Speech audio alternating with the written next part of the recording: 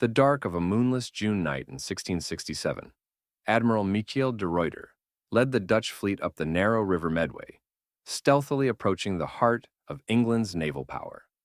The Second Anglo-Dutch War had reached a breaking point, and the Dutch fleet was about to execute a bold and audacious plan that would send shockwaves through the pride of the British Empire. For centuries, England had ruled the seas, its navy a symbol of unmatched strength. But now, the Dutch, with 50 ships and a carefully orchestrated strategy, aimed to strike directly at this symbol of supremacy. The River Medway, leading to the British naval stronghold at Chatham, was their route to the heart of England's defenses. The English, still reeling from earlier defeats and unaware of the Dutch approach, lay vulnerable. Their fleet was anchored at Chatham, and the men of the harbor slept, unprepared for what was coming.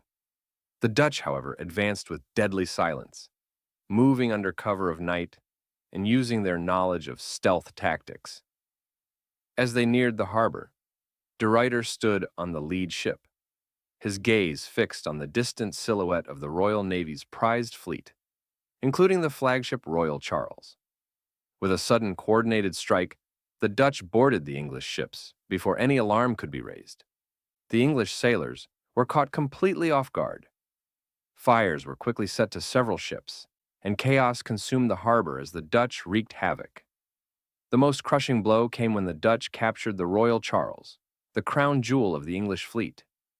This ship wasn't just a vessel. It was the symbol of England's naval might. Towed away in shame, it marked a devastating moment in English history. The Royal Charles's capture was a wound to England's identity, a deep humiliation that echoed across the empire. The raid on the Medway didn't just deal a blow to the English fleet, it shook the very foundation of their maritime dominance.